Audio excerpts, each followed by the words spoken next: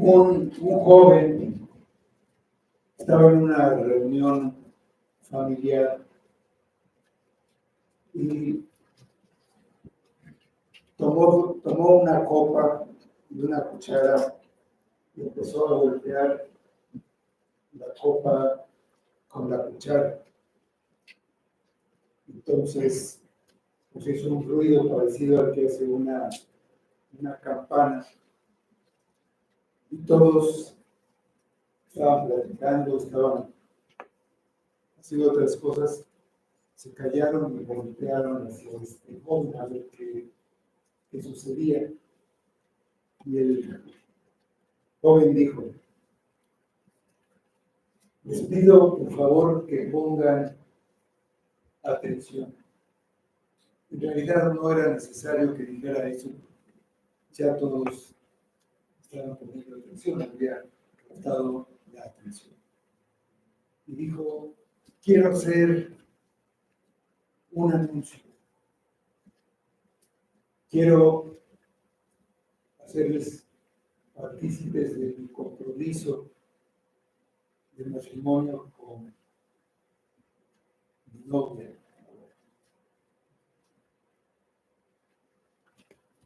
Nosotros hemos estado en la carta de Tito, viendo cómo Pablo le escribe esta carta a Tito. Ya hace 3 meses estamos en esta carta, una carta breve, 3 capítulos, pero a pesar de eso, una carta llena del Evangelio y llena de ciertas enseñanzas, de ciertos principios, ciertas verdades muy importantes. Y al final de esta carta, Pablo quiere que Tito ponga atención en estas cosas que he estado enseñando. Vamos allá al final de la carta de Tito, al capítulo 3. Hoy terminamos esta carta y vamos a ver esta llamada de atención que Pablo le hace a Tito. Versículos vamos a leer del 8 al 15. Dice así la palabra de Dios. Palabra fiel es esta. Y en estas cosas quiero que insistas con firmeza, para que los que creen en Dios procuren ocuparse en buenas obras. Estas cosas son buenas y útiles a los hombres, pero evitan las cuestiones necias y genealogías y contenciones y discusiones acerca de la ley, porque son vanas y sin provecho.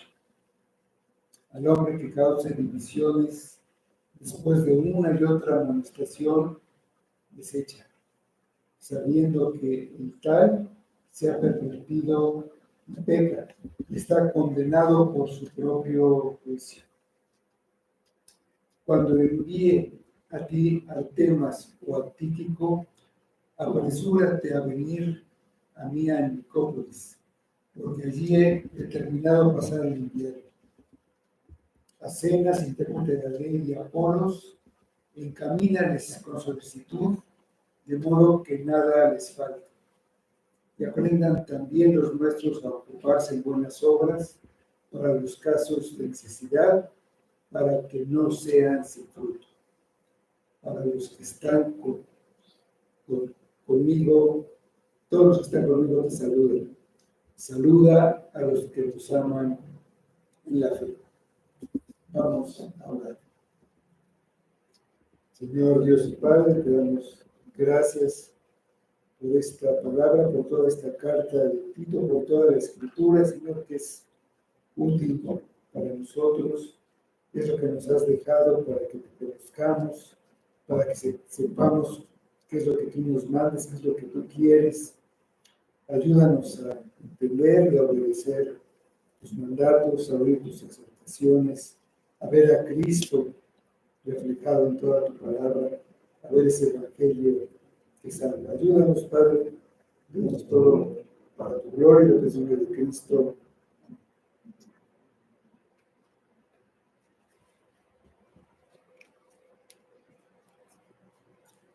Palabra fiel es esta.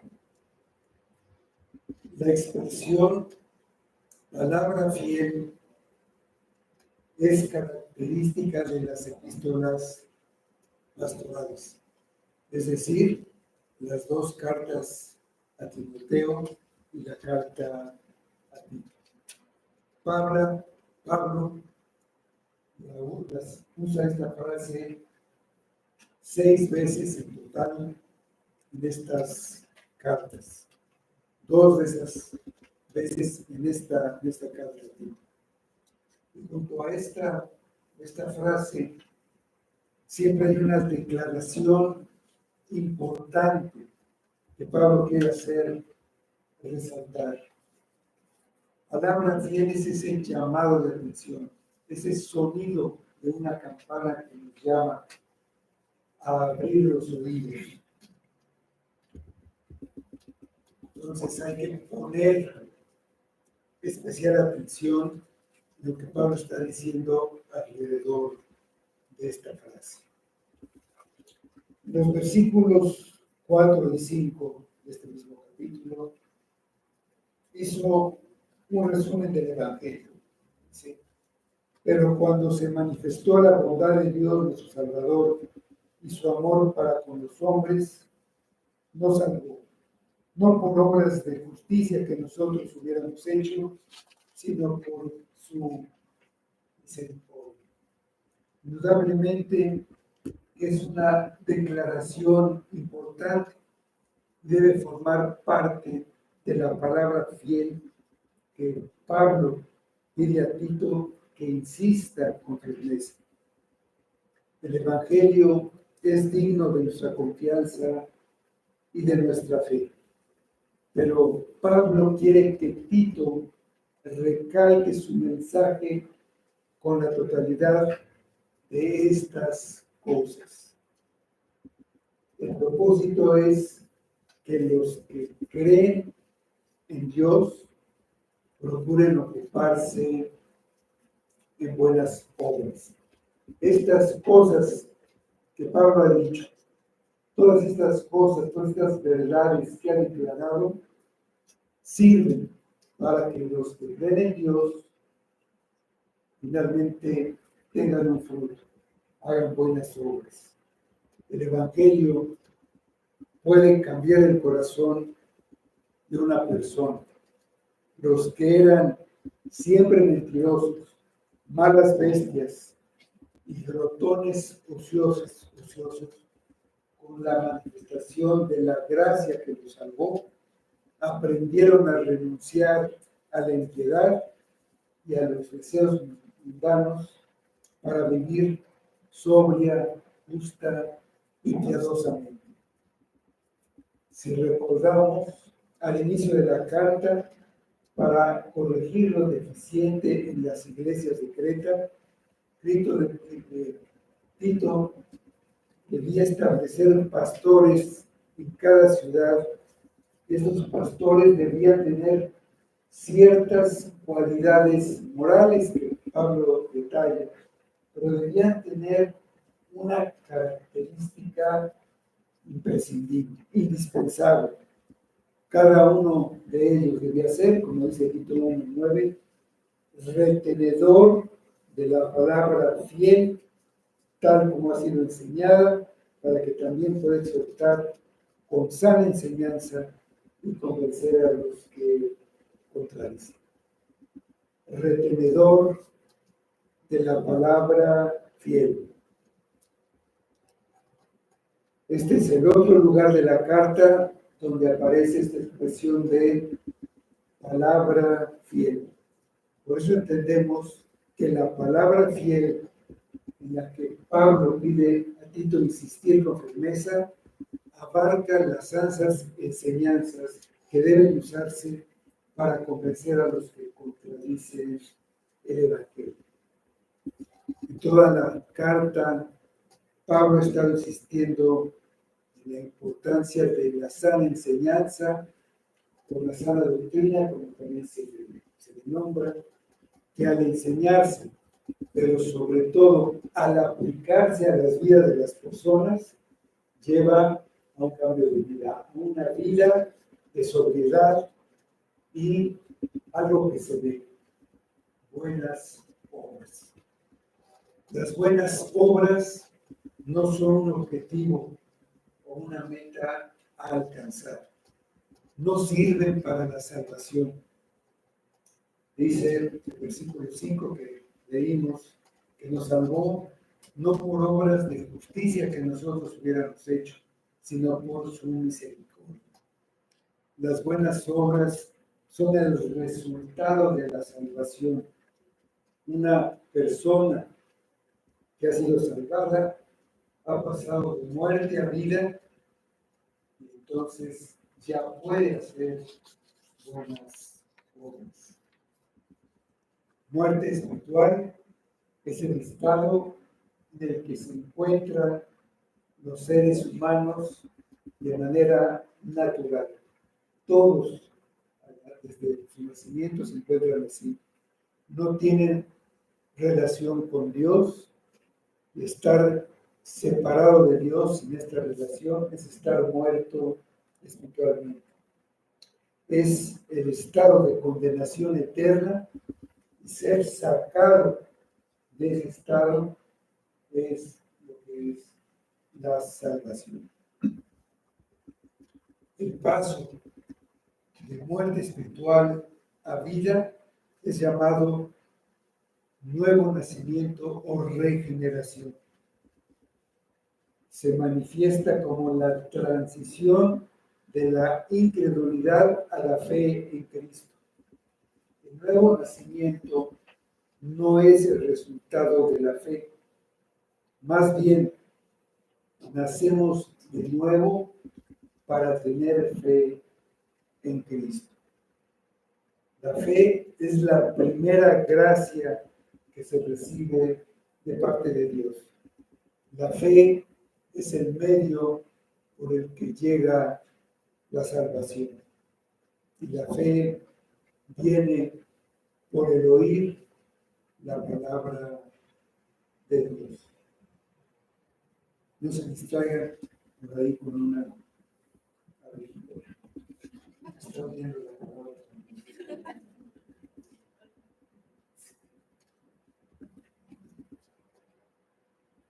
La salvación es resultado únicamente de la gracia de Dios,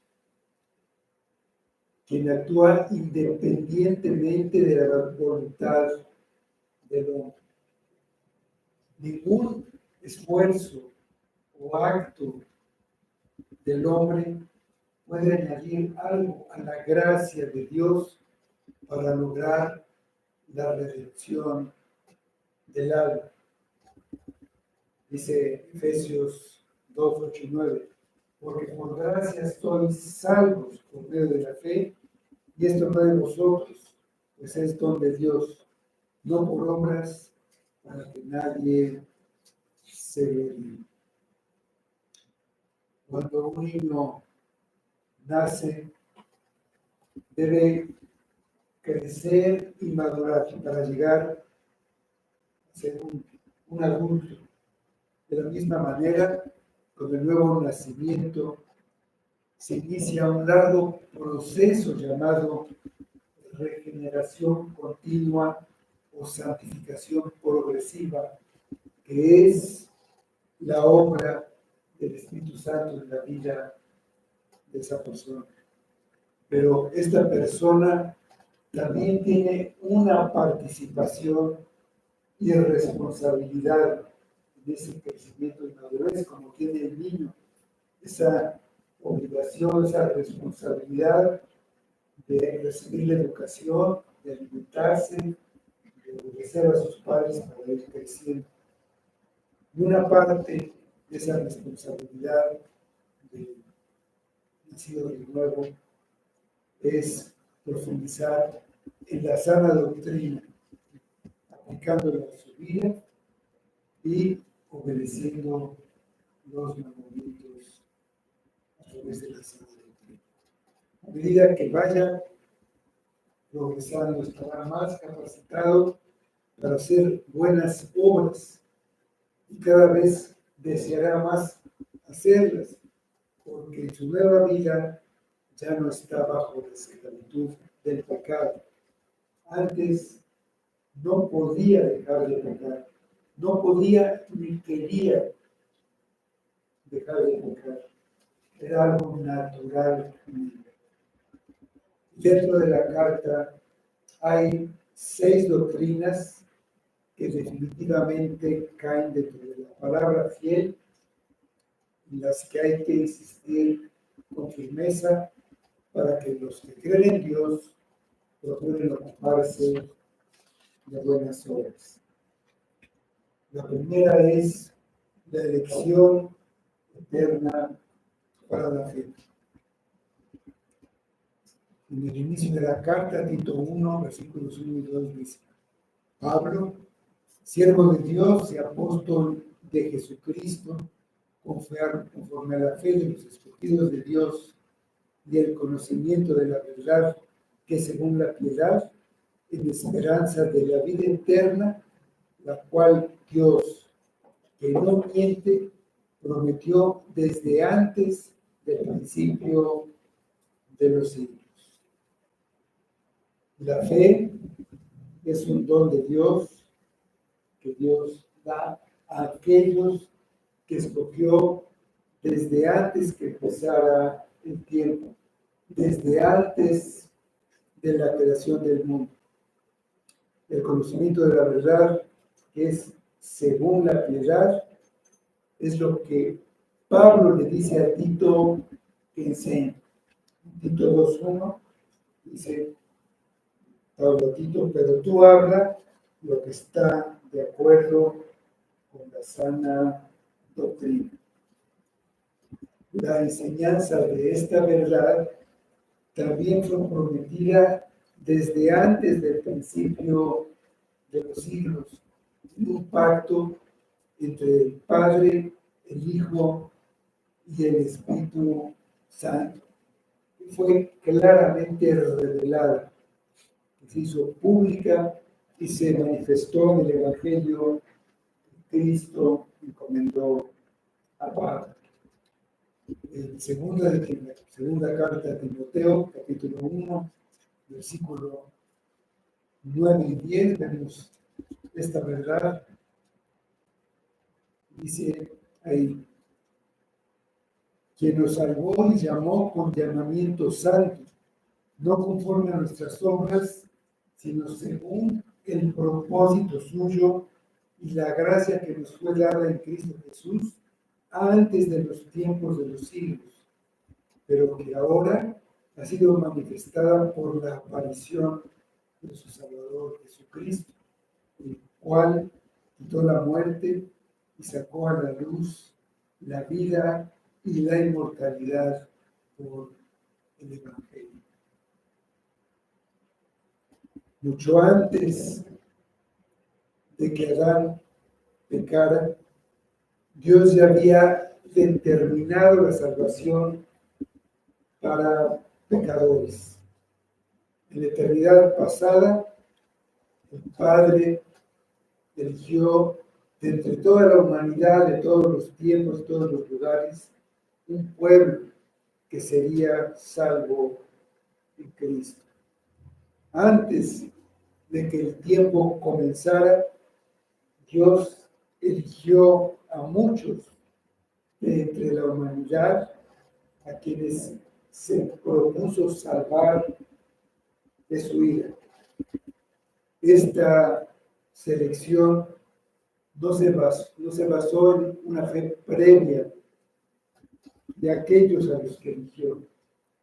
Tampoco fue motivada por la bondad que pudieran tener. Fue una decisión libre y soberana de Dios. sin tener ninguna obligación, solo por su bondad, su amor infinito, su sabiduría, escogió a algunos pecadores y los dio a su Hijo para que fueran su pueblo. A ellos les dio fe. Estos son los que cuando oyen la verdad del Evangelio creen.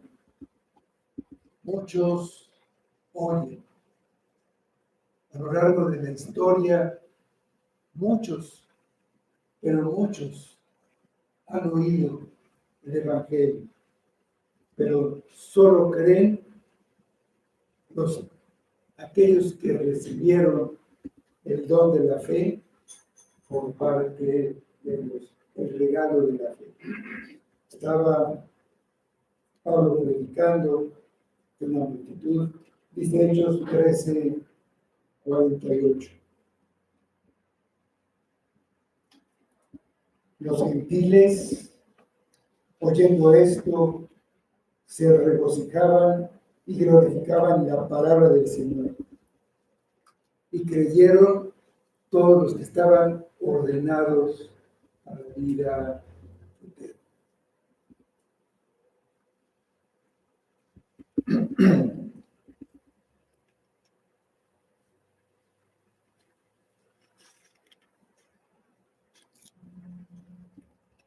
Segundo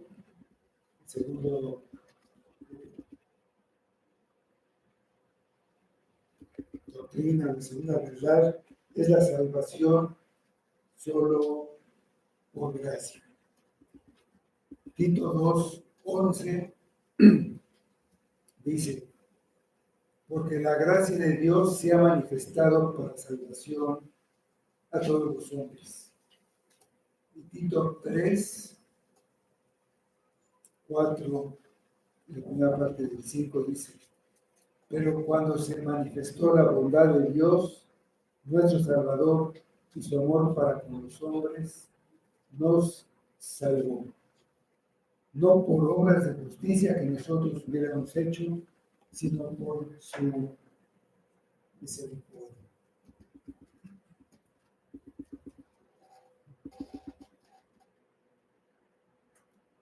Todas se enojaron. Vamos a dejarla por la paz.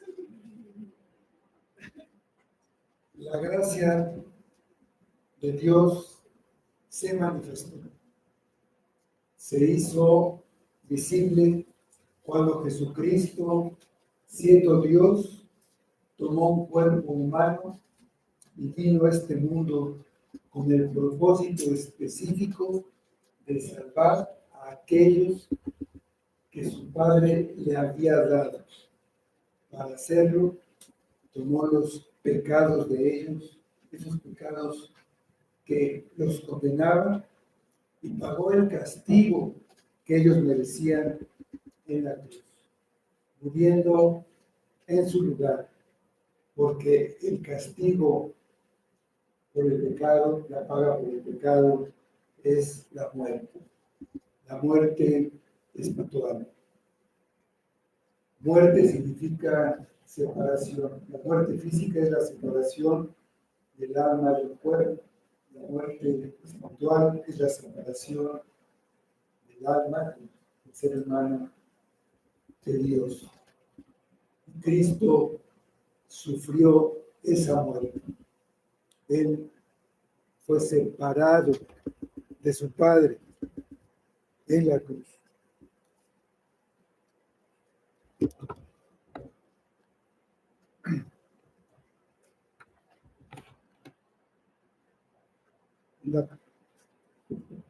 La cruz,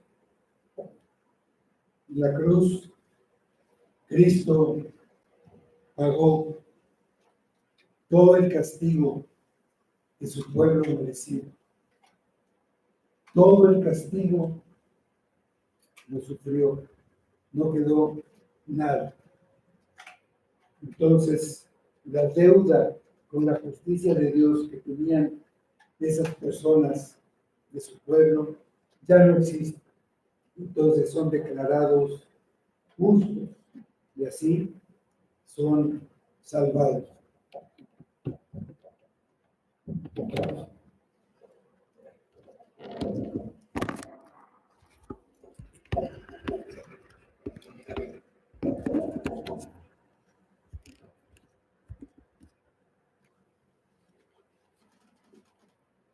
La salvación,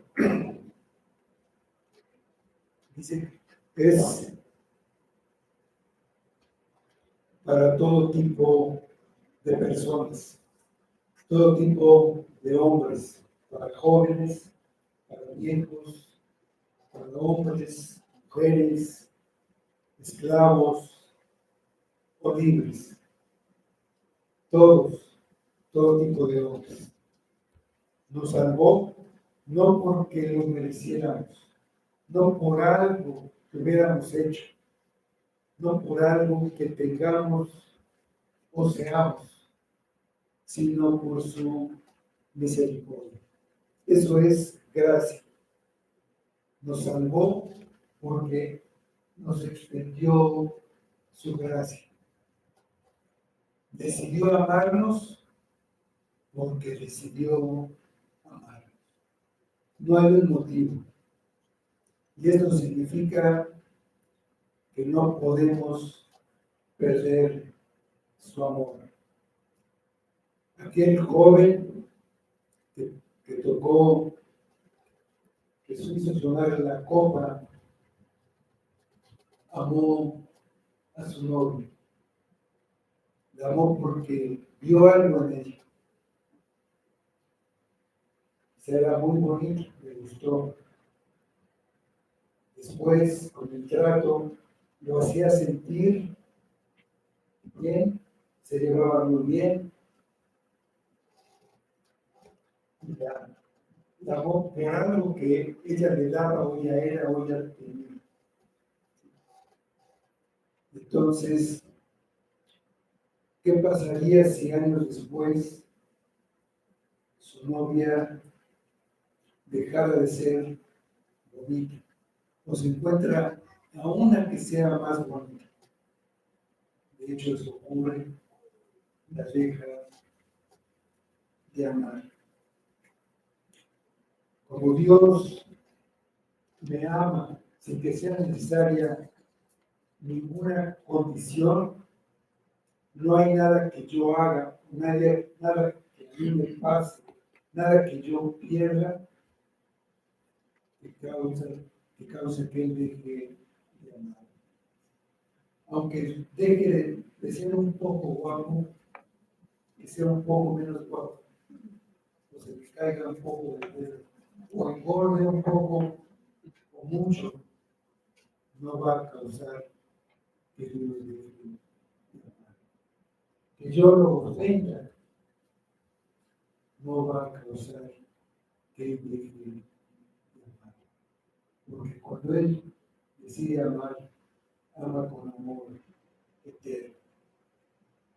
Aquellos elegidos no se resisten al llamado que Dios les hace por medio del Evangelio.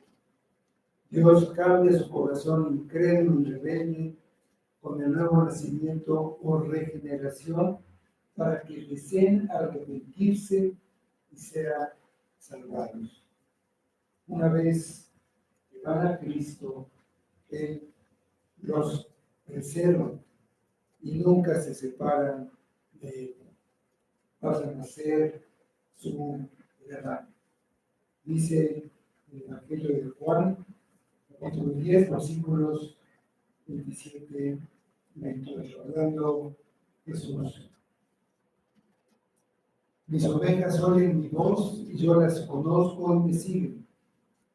Y yo les doy vida eterna y no perecerán jamás, ni nadie las arrebatará de mi mano. Número 3. La redención particular para santidad. Tito 2:14. Quien se dio a sí mismo por nosotros para redimirnos de toda iniquidad y purificar para sí un pueblo propio, celoso de buenas obras. Cristo se dio a sí mismo por nosotros. Es un don voluntario, un regalo voluntario. Se dio a sí mismo. Un regalo del amor más grande y de infinito valor. Dio su vida voluntariamente. En Juan, el Evangelio de Juan 10, 18, en la primera parte, dice: nadie me la quita. Está hablando de su vida, Cristo. Nadie me la quita, sino que yo de mí mismo la pongo. Tengo poder para ponerla y tengo poder para volverla a tomar. Se entregó en sustitución de pecadores que están bajo el juicio de Dios, bajo la ira de Dios, están condenados. Se dio para redimirlos, para pagar el precio de su rescate, para liberar de todo castigo y toda culpa a los que quebrantaron la ley, resultando en su justificación, resultando en que sean declarados justos, inocentes por el juez, igual que si nunca hubieran pecado, porque la justicia con la que vivió Cristo se les cuenta como si ellos hubieran vivido así. Los purificó, los limpió de toda contaminación. Son dignos de estar delante de Dios. Pueden caminar con Dios en santidad. El resultado es su santificación. Ese es el objetivo. Un pueblo escogido que sea un tesoro especial de Dios en una relación de pacto con Él. Ese pueblo redimido con un nuevo corazón quiere hacer lo bueno. Es celoso de buenas obras. El deseo ardiente de negarse a sí mismo, de obedecer a Dios, el deseo de servir. Y ese es el punto que se puede ver cuando alguien desea servir a los otros, a los demás. Es un signo de que ha sido regenerado, de que ha sido de nuevo. El signo de un verdadero cristiano es querer servir a tus semejantes. No importa si son creyentes, pero servir a las personas es un fruto de una evidencia de que Cristo murió por esa persona. Él satisfizo la justicia de Dios y quitó de sobre nosotros su justa ira por nuestros pecados con su sangre. Y es el mismo Cristo quien, por su Espíritu, nos hace estar genuinamente dispuestos a vivir por Él y para Él. La siguiente doctrina en la que Pablo quiere que Tito insiste en que debemos recordar siempre es la depravación humana. Tito 3:3. Porque nosotros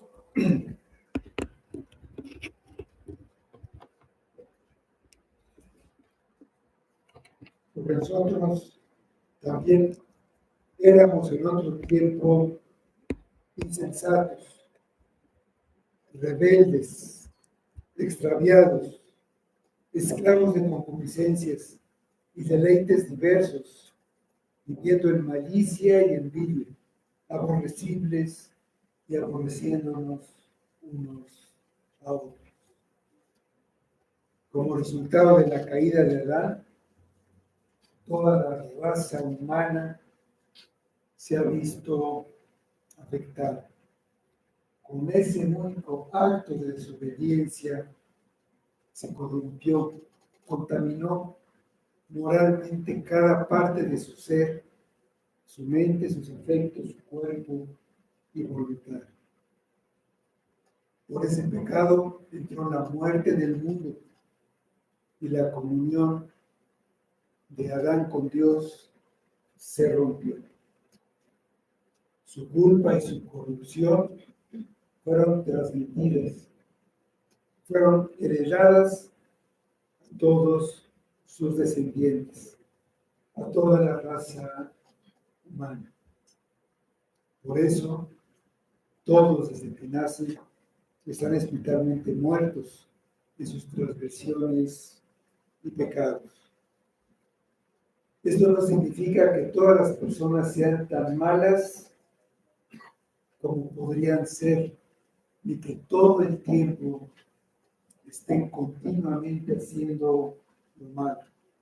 Más bien, como el resultado de la caída, todas las personas están afectadas en su interior, en su corazón, y su depravación afecta a todas las áreas de la vida, de manera que no pueden hacer una buena obra porque todo lo que hagan está contaminado por el pecado, aunque sus intenciones sean buenas, porque vienen de un corazón pecaminoso, pervertido, de su esencia corrupta. Fuera de la gracia, nuestras mentes están oscurecidas por el pecado. Son incapaces de comprender la verdad. Estas verdades estamos viendo. La verdad del Evangelio. Nuestros corazones están contaminados, incapaces de amar la verdad. Nuestros cuerpos están muriendo, avanzando hacia la muerte física. Nuestras voluntades están muertas, incapaces de elegir lo bueno. La incapacidad moral para agradar a Dios contamina a todas las personas desde su entrada a este mundo. En su estado no regenerado, nadie busca a Dios. Nadie es capaz de hacer el bien. Todos están bajo la maldición de la ley, y esa maldición es la muerte eterna.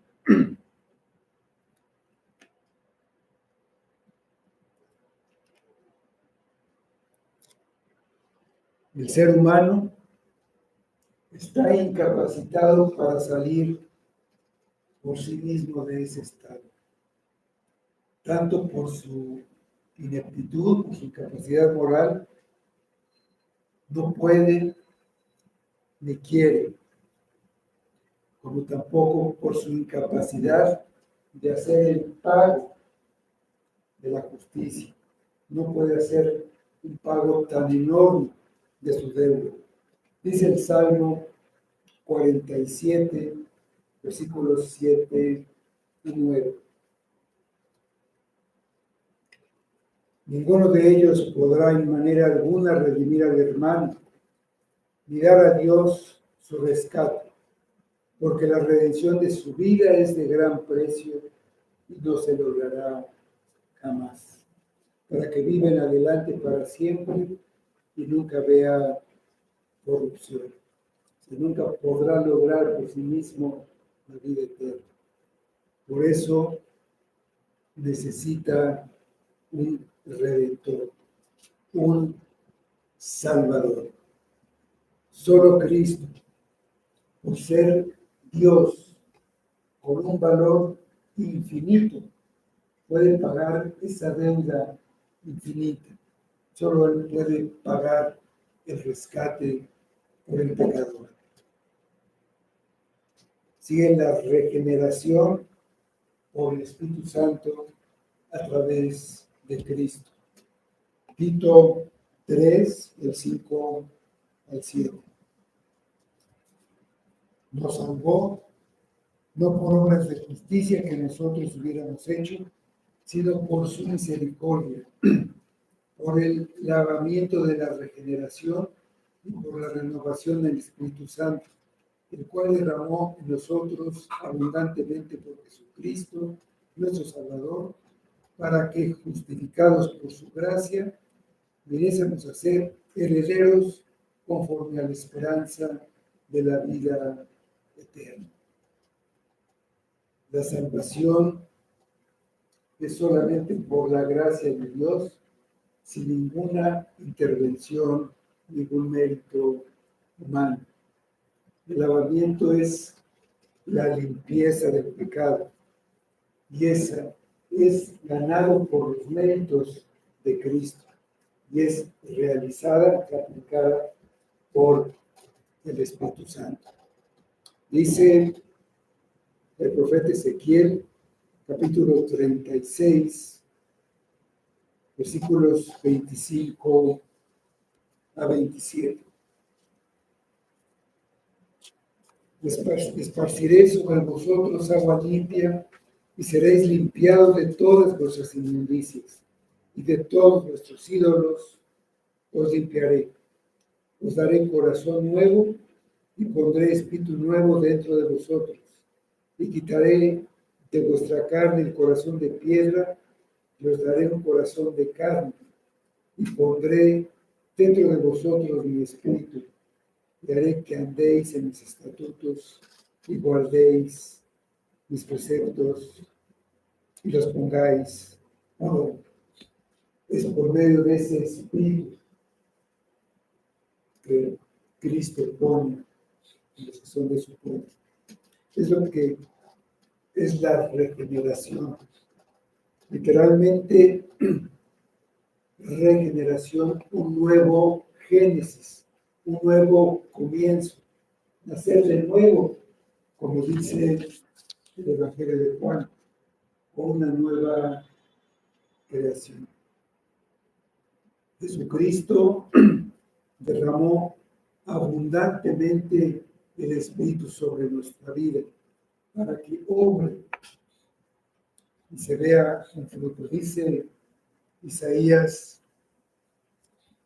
32:15.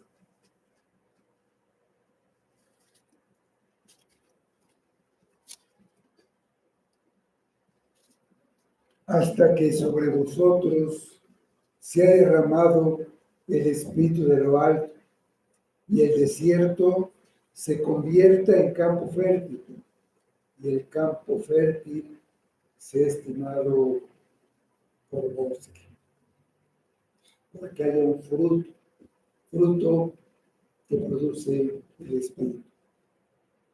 El Espíritu produce la fe en Cristo, que Dios declara a los que creyeron legalmente justos, justificados por la fe sola, debido a la obra de salvación de Cristo a nuestro favor, que es contada como si fuera nuestra, por esa unión que tenemos con Cristo, debido a la fe puesta en Él.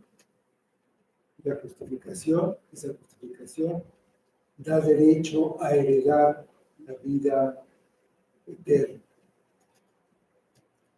Por último, la última de estas doctrinas, no quiere decir que no trate otras cosas, pero estas son las que quiero insistir.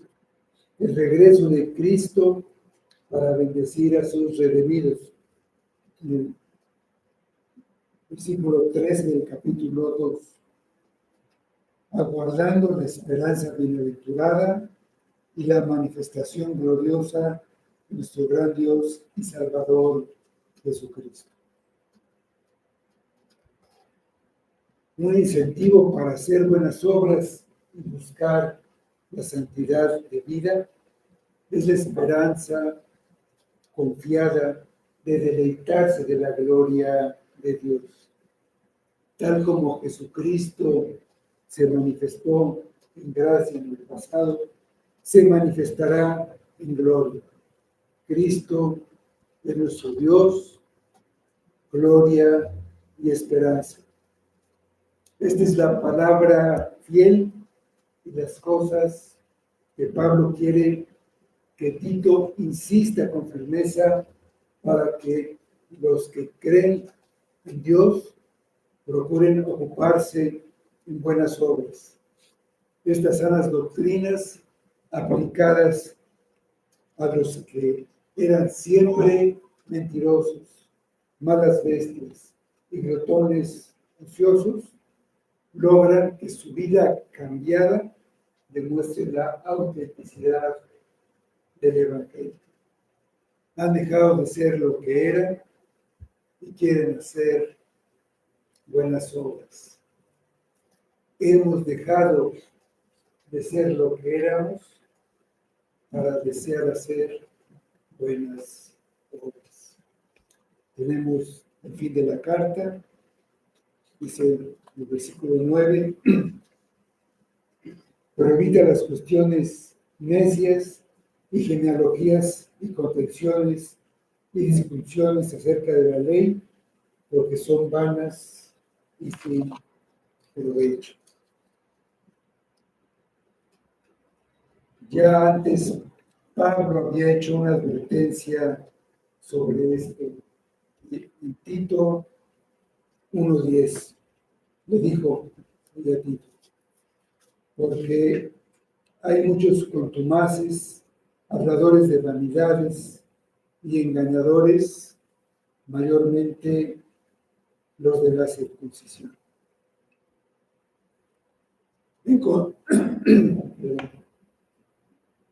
En contraste con lo que debe insistir, Pablo le manda a Tito evitar enredarse en asuntos que causen controversias, pero que no tienen ninguna utilidad.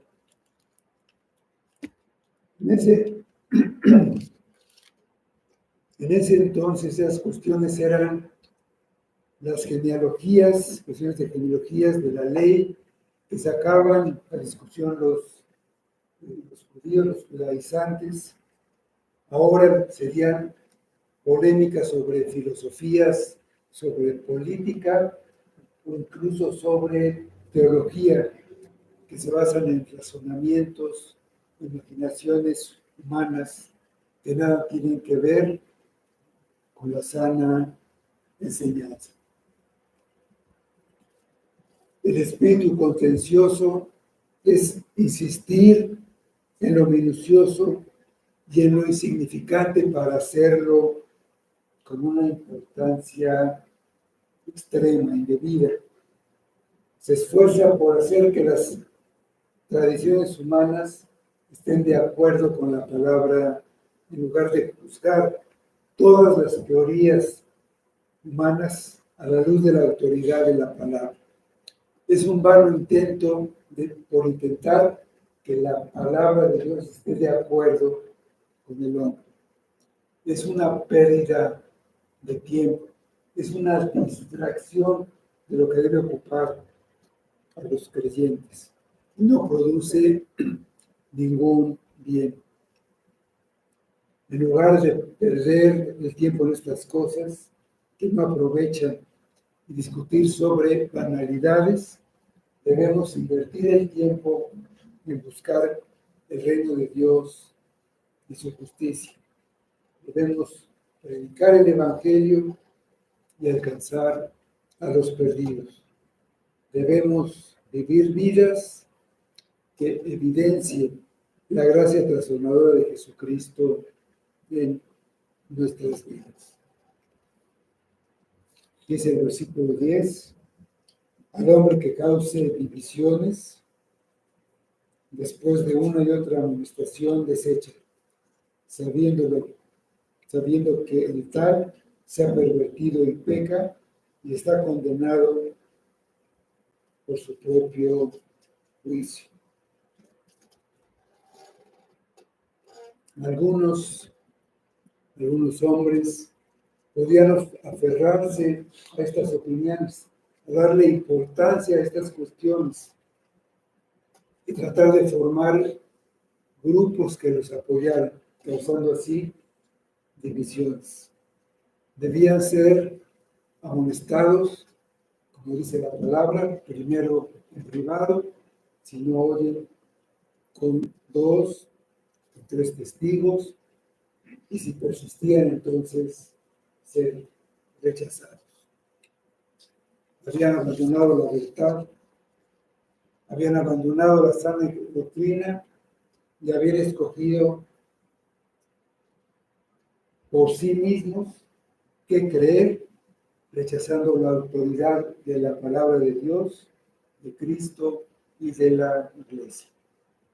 Se debe evitar estar en contacto con este tipo de personas. No están viendo ni están viviendo con claridad. Están moralmente retorcidos. Lo que hace que su pecado sea tan perverso es que esa persona sabe que está pecando. Su conciencia se lo ha dejado claro y por lo menos ha recibido advertencias.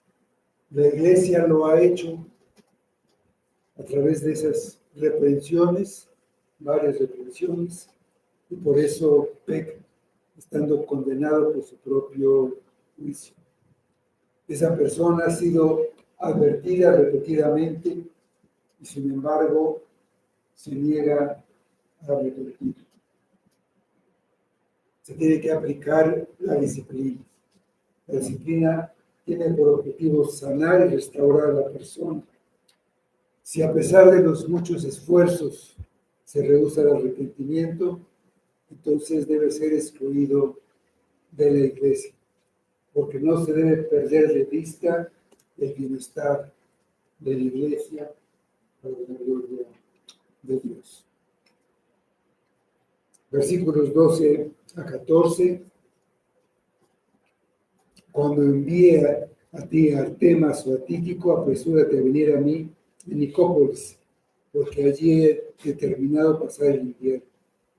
A Zenas, intérprete de la ley, y a Apolos, encamínales con solicitud, de modo que nada les falte. Y aprendan también los nuestros a ocuparse en buenas obras para los casos de necesidad, para que no sean sin fruto. Ya para finalizar la carta, Pablo da a Tito algunas instrucciones personales. Fija un punto de reunión y sin embargo, aunque Tito debe apresurarse para reunirse con Pablo, debe esperar a que lleguen a Creta, que llegue una persona que lo va a reemplazar ahí en Creta. Las iglesias de Creta iban a recibir unas visitas y Tito debe asegurarse que estos hombres cuenten con los recursos necesarios para hacer avanzar el reino de Dios. Deben atender las necesidades de aquellos que saldrán a predicar el Evangelio. Es una forma en que las iglesias aprenden a dedicarse a las buenas obras. Es un compromiso de la iglesia atender aquellas necesidades que surgen dentro de la iglesia. Esto significa que la iglesia misma debe estar dispuesta a sacrificarse para que el pueblo de Dios que hace la obra siga adelante. Pues lo que es la ofrenda es sacrificial. Si no es un sacrificio, si no cuesta, si no cuesta trabajo, pues realmente no vale la pena. En el versículo 8 le dijo a Tito que existieran las doctrinas para que los que creen en Dios procuren ocuparse en buenas obras. Aquí, en este versículo 14, usa la misma frase, las buenas obras. Termina la carta resaltando la importancia de un cristianismo práctico, un cristianismo que se puede ver, el resultado de la enseñanza de Cristo y de Tito se vería reflejado en esa generosidad de la iglesia. Daría como fruto ese sostenimiento a estas personas, buenas obras que demostrarían que su corazón fue cambiado. El versículo 15, todos los que están conmigo te saludan, saluda a los que nos aman, saluda a los que nos aman en la fe, la gracia sea con todos vosotros. Amén. Termina la carta con una bendición. La gracia sea con todos vosotros. Que la iglesia siga recibiendo bendiciones inmerecidas. Que así sea.